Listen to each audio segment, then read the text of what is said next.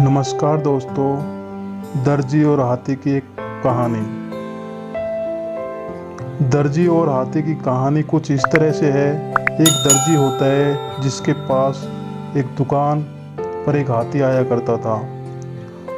उस हाथी को दर्जी खाने के लिए फल दिया करता था।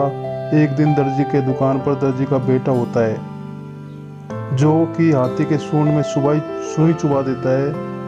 एक बार की बात है, कहीं दूर किसी गांव में एक दर्जी रहा करता था। किसी दर्जी का दुकान था। उस दुकान पर दर्जी लोगों का कपड़ा सिला करता था। उसी गांव में एक हाथी रहा करता था। वह हाथी तालाब में रोज नहाने जाया करता था। तालाब के रास्ते में दर्जी का दुकान पड़ता था। दर्जी रोज हाथी को खाने के लिए फल दिया करता था। एक दिन दर्जी किसी काम के कारण अपनी दुकान पर नहीं आया। उस दिन दर्जी के दुकान पर उसका बेटा आया हुआ था।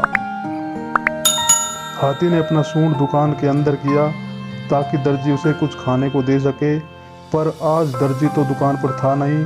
दर्जी के बेटे ने हाथी की सूंड में सुई चुबो दी, जिसके कारण हाथी को पीड़ा होने लगी। हाथी ने सोच लिया कि आज दर्जी के बेटे को सबक सिखाना ही होगा। उस समय वह हाथी नहाने के लिए तालाब की ओर चल दिया। तब वह रास्ते में तालाब से नहाकर आया तो उसने अपने सूंड में कीचड़ भर लिया। सूंड को कीचड़ लेकर दर्जी के दुकान पर फेंक दिया। कीचड़ के कारण दुकान में मौजूद सभी नए कपड़े खराब हो गए। साथ ही दर्जी का बेटा भी गंदा हो गया। अब दर्जी के बेटे को सबक मिल चुका था। जब दर्जी को यह खबर मिली तो उसने बहुत ही दुख हुआ। दर्जी ने अपने बेटे से ऐसा करने को मना किया।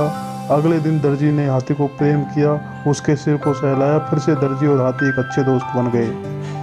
अब दर्जी के दुकान पर जब भी हाथी आता तो उसे दर्जी और दर्जी का बेटा खाने को फल खिला देते। यह कहानी यही खत्म। दर्जी और हाथी की कहानी भले ही एक पुरानी कहानी है, क्यों नहीं, यह कहानी मज़ेदार और सीख से भरी है। दूसरे शब्दों में दर्जी और हाथी की कहानी पढ़ने से सीख मिलती है कि हमें किसी के साथ बुरा नहीं करना चाहिए। धन्यवाद।